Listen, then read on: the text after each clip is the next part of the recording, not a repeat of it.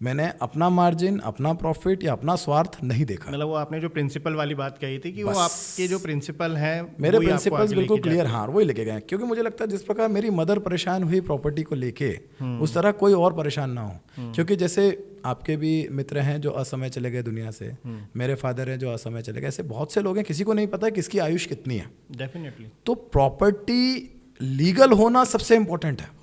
Property तो कोई भी दिला देता है, इंदौर में पता नहीं कितने लोग होंगे जिसको आप बोलोगे बोलेगा मैं दिला देता हूँ, बट लीगल प्रॉपर्टी लेना और उसको लीगली अपने नाम पे रखना, यह एक आर्ट है।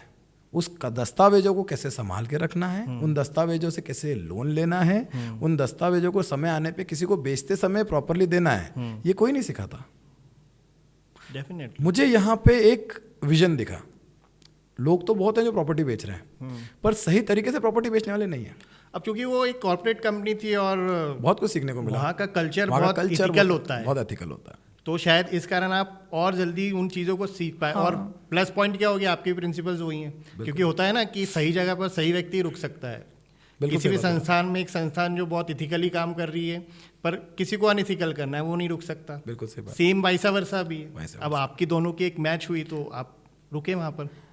मैंने हमारी कंपनी से सीखा कि प्रॉपर रजिस्ट्री करना, उनको पोजीशन देना, बगल वाला उनके प्लॉट के ऊपर अपना घर का निर्माण ना कर ले, उसके लिए उसे प्रॉपर फेंसिंग बना के देना, ये एक ऐसी चीज़ें थी जो सीखने लायक चीज़ थी। इंदौर में आज भी प्लॉट का कंसेप्ट है। अच्छा एक बात बताऊंगा मैं आपको, 1991 में जब एलपीजी आया है, लिक्विडाइजेशन, प्राइवेटाइजेशन, ग्लोबलाइजेशन, और उसके बाद एकदम से इंडिया खुला, इंदौर छोड़ो इंडिया खुला।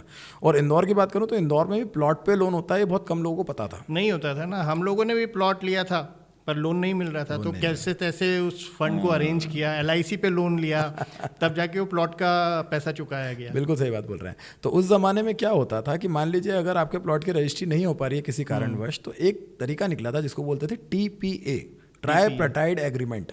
ओके। ये एग्रीमेंट एग्जीक्यूट होता था सेलर, बायर और बैंक के बीच। अच्छा। हाँ, कि अगर मान लीजिए किसी कारणवश बायर अपना लोन अमाउंट नहीं चुका पाता है, तो जो कंपनी है वो बैंक को ये प्रॉपर्टी दे देगी, और इसके तहत लोगों को पैसा मिल जाता था। अच्छा। बहुत से लोगों ने बाईपास पे इस चीज़ की सुविधा उठाई और इससे पैसा कमाया। अब मैं आता हूँ इन्वेस्टमेंट पे।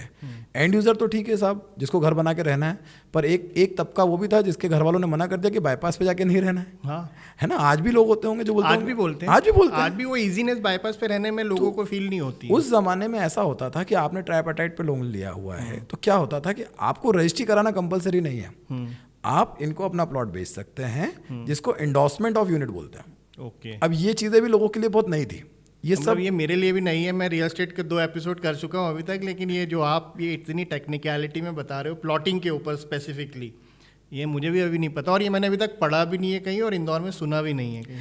नहीं, ये मेरा भी सौभाग्य है कि इस प्लेटफॉर्म पे मैं ये बात कर पा रहा हूँ, क्योंकि मेरे को इस बारे में नॉलेज है और मैंने ऐसा किया है। मैंने नहीं, हर कंपनी का एम्प्लॉय ने ऐसा करा होगा। कॉर्पोरेट कंपनी में जनरली होता है। तो क्या होता था, TPA पे ट्रांसफर होने लग गए यूनिट। यहाँ पे क्या हुआ कि आपने प्लॉट लिया है और आपने मुझे बेच दिया है, तो ट्राइपार्टाइट एग्रीमेंट अब मेरे साथ हो जाएगा। इससे फ़ायदा क्या हुआ कि जो रजिस्ट्री के लिए आपको कॉस्ट लगानी पड़ती वो नहीं लगानी पड़ी। आपने अलॉटमेंट यानी कि आवंटन पत्र पे मुझे बेच दिया। अच्छा। और इसमें बैंक इन्वॉल्व हो गई, और बैंक के इन्वॉल्व होने से मान लीजिए आपने प्रॉपर्टी खरीदी तब 2000 की थी, आज वो 3000 रुपये स्क्वायर फीट की, तो 1000 रुपये का लाभ आपने लिया। इस कारण बहुत से लोगों ने प्रॉपर्टी को एक इन्वेस्टमेंट का तरीका भी बना लिया। मैं एक बात और बोलने वाला हूँ जो थोड़ी सी कॉन्ट्रोवर्शियल लगेगी, बट ये सच है।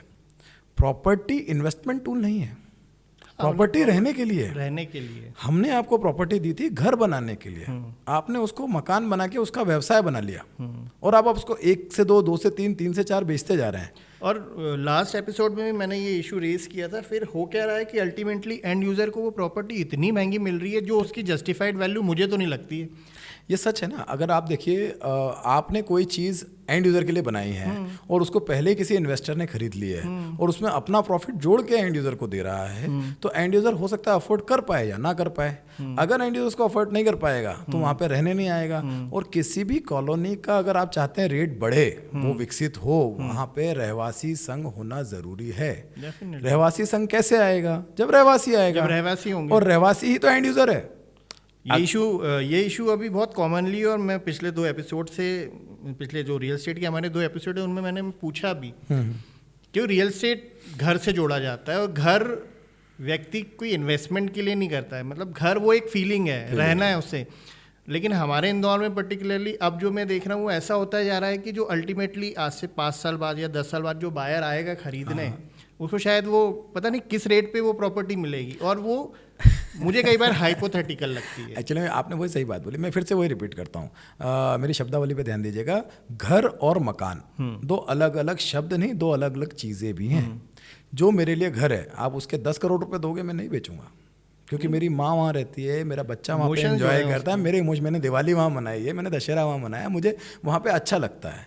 पर वहीं अगर मैंने एक मकान बनाया है तो उसको मैं बेच दूंगा। ये एक बिजनेस की तरह आगे बढ़ता गया। अभी क्या होता है कि रेरा आने के बाद ये चीज़ें बहुत कंट्रोल में आ गई है, बट पहले तो ये आम आदमी का एक बिजनेस हो गया था।